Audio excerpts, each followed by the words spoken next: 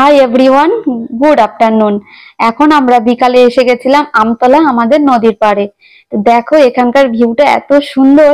আমি এসেছিলাম একটা কাজে, কিন্তু ভাবলাম যে একটু ভিউ না নিলেই হয় না, একটু শুট না করলেই হয় না।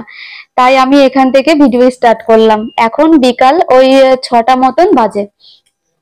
তো এখানে দেখো এই নদীতে আমাদের এখানে না খেয়া পার পার হয়। তো এই যে নৌকাটা দেখতে পাচ্ছ, আর এই দেখো দড়ি লাগানো আছে এখানে। তো এপার থেকে ওপারে যাওয়া যায় শর্টকাটে। আর ওপারে গেলেই অটো পাওয়া যায় ওখান থেকে। বগুলা যাওয়ার রাস্তা, হাঁসখালি যাওয়ার রাস্তা তো অনেকটাই শর্টকাট হয় আমাদের বাড়ির থেকে। আর না হলে হচ্ছে যেতে হবে ভৈরবচন্দ্রপুর ঘাটে। তো ওখানে হচ্ছে বাঁশের ব্রিজ আছে।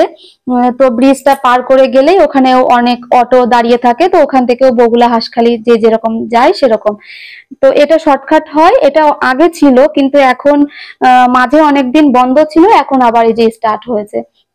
আর বাবু এসে এখানে জল পেয়েছে, এত খুশি হয়েছে কি বলবো। এই যে ওর বাবাকে নিয়ে বসে পড়েছে, এখন জল নিয়ে খেলা করতে ব্যস্ত, মানে ও নৌকা চালাচ্ছে, এটাই ও নিজে ভাবছে সেটা। আর এদের দুজনকে দেখে আমি আর থাকতে পারলাম না, আমিও চলে আসলাম নৌকার উপর। কিন্তু আমার না এই জলে প্রচন্ড ভয়, মানে কি বলবো, আমি ভীষণ ভয় পাই জল।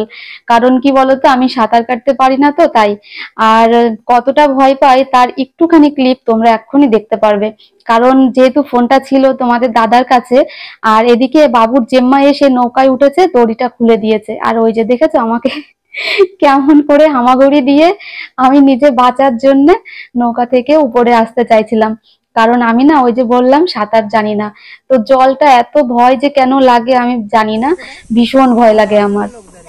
তো আমার যখন বিয়ে হয় না, তখন এই নৌকা এপার থেকে ওপারে যাওয়া আসা করা যেত।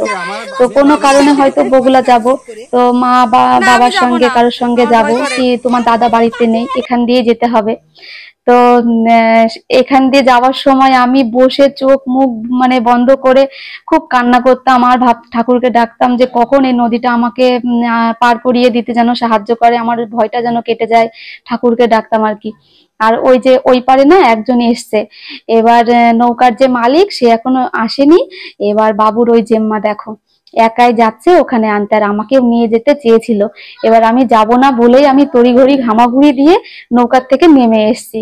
আর আমাকে নিয়ে সবাই হাসাহাসি করছিল, সে করুক, কিন্তু আমার না ভীষণ ভয় লাগে।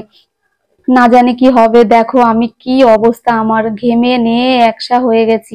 সত্যি বুকের মধ্যে না পুরো মানে কেমন হার্টবিটটা ফাস্ট হয়ে গেছিল, এত ভয় লাগছিল কি বলবো। আর এই যে আমি এখন একটু হাঁপ ছেড়ে বেঁচেছি। আর পিছনের রাস্তাটা দেখো কি সুন্দর লাগছে, যেহেতু শান বাঁধানো ঘাট, তো সিঁড়িগুলো খুব সুন্দর লাগছে। তো আর আমি এসেছিলাম একটা কাজে, এটা হচ্ছে এই যে শাক নিতে এসেছিলাম। কারণ জেম্মা মানে বাবুর জেম্মা ওই দিদিদের এখানে মেশিন ঘর আছে, আর পিছনে অনেকটা নদীর পাশে জায়গা আছে, তো সেই জায়গাতে কচু, এরকম কচু গাছ লাগানো আছে। মানে কচু ঘন্ট খাওয়ার জন্য যে কচুটা হয় আর কি, পানি কচু। তারপরে অনেক রকম শাক, তারপরে উচ্ছে গাছ, ঝিঙে গাছ, অনেক কিছু আছে। তো সেই জন্য ভাবলাম কি আজকে শ্যাম্পুও করেছিলাম, চুলটাও ভেজা ছিল। তো যাই হোক, নদীর পাড়ে গিয়ে একটু বসবো, ঠান্ডা হাওয়া খাবো, চুলটাও শুকিয়ে যাবে। আর হচ্ছে একটু ঘুরে ঘুরে আসা যাবে, সবজি টবজিও কিছু আনা যাবে। তো সেই জন্যই হচ্ছে আমরা এসেছিলাম বিশেষত নদীর পাড়ে আজকে। আর দেখো কেমন কাণ্ডটা হলো আজকে। না ভেবেছিলাম ভিডিও করব, কিন্তু একটা ভিডিও শুট করাই হয়ে গেল, তোমাদের সঙ্গে শেয়ারও করে নিলাম হয়তো। আর এই যে ও ছিল ওই পারে, ও তো ওকে আনতেই গেছিল দিদি। এত ভয় পাও না? হ্যাঁ, মাঝি দিদি এই যে আমাদের। চালাতে চালাতে শিখে গেছি। আর আমি কোনোদিনই দেখিনি, তো ওই জন্য ভয় এখনো কাটেনি আমার।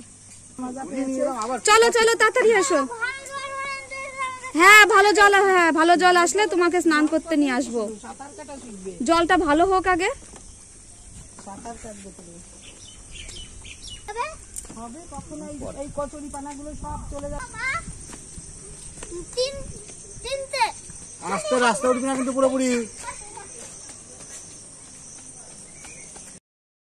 বাবু না কিছুতেই আসতেই চাইছিল না, ও স্নান করবে কত কি করবে প্ল্যান করছিল। আসলে এই নদীর পাড়ে অতটা আসাও হয় না, তো সেইভাবে মানে নদীটাকে ও সেভাবে দেখেও নি। আর এই জন্য মানে যেদিনই আসে না কেন এতটা ভালো লাগে ওর, আর সে নানান কথা নানান প্রশ্নের উত্তরও দিতে হয়, এটা কেন ওটা কেন।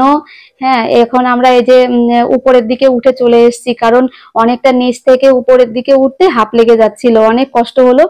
তো যাই হোক, এই যে এখন আমরা বাড়ির দিকে যাচ্ছি, এই যে ব্যাগ ধরিয়ে দিয়েছি ওর হাতে, আর আমরা এখন যাচ্ছি, ওর জেম্মা সামনের দিকেই আছে। আজকের বিকালটা না অনেক সুন্দর কাটলো, ভাবিনি মানে সারাদিন পরে বিকালটা এই 10 মিনিটের জন্য বাড়ির বাইরে বেরিয়ে মানে এতটা ভালো লাগবে। তো যাই হোক, আজকে এই একটা ছোট্ট ভিডিও তোমাদের সঙ্গে শেয়ার করলাম, কেমন লেগেছে অবশ্যই জানাতে ভুলবে না। আর এখনকার মতো ভিডিওটা রাখছি, টাটা।